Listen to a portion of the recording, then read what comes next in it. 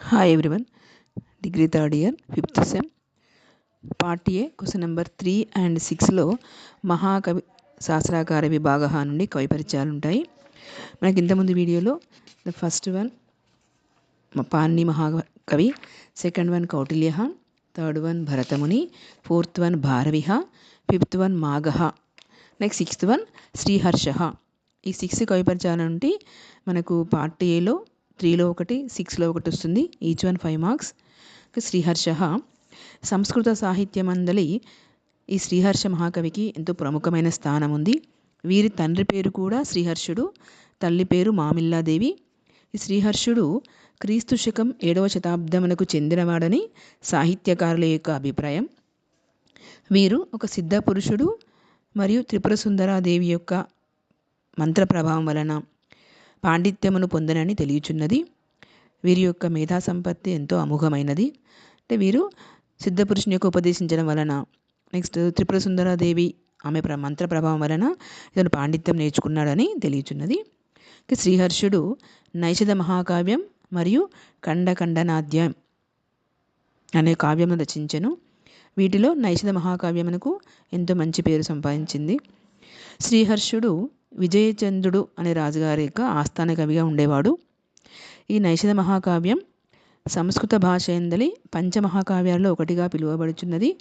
అంటే పంచమహాకావ్యానికి ఉండవలసినటువంటి 18 లక్షణాలు కూడా ఈ కావ్యంలో ఉన్నాయి కాబట్టి ఈ నైషధ మహాకావ్యమును పంచమహాకావ్యంగా పిలువబడుచుంది. ఈ కావ్యంలో 23 సర్గలు ఉంటాయి. దీని యందు ఇతివృత్తము మహాభారతము నుండి స్వీకరించబడింది. ఈ కావ్యములో నిషధ రాజ్య మహారాజైన నలచక్రవర్తి యొక్క చరితము వర్ణించబడింది. ముఖ్యంగా నలదమయంతుల యొక్క ప్రేమ వ్యవహారము దీని యందు మనోహరంగా వర్ణించబడింది. తెలుగులో రాయొచ్చు, ఇంగ్లీష్లో రాయొచ్చు. శ్రీహర్షస్ name stands next only to Kalidasa and Bharavi. His father's name was also Sriharsha. His mother was Mamilla Devi. The historians opined that he was belonged to 7th century BC. It is said that Sriharsha became great scholar with the influence of Tripurasundara Devi, who was motivated by a Siddha Purusha. Sriharsha wrote 2 kavyas, namely Naishadha Mahakavyam and Kandakandanadyayam. The work Naishadha is very famous in Sanskrit literature. He was one of the poet in the court of the king Vijayachandra. Sriharsha's Naishadha Mahakavya is a highly appreciated work in Sanskrit literature. There are 23 cantos in this work.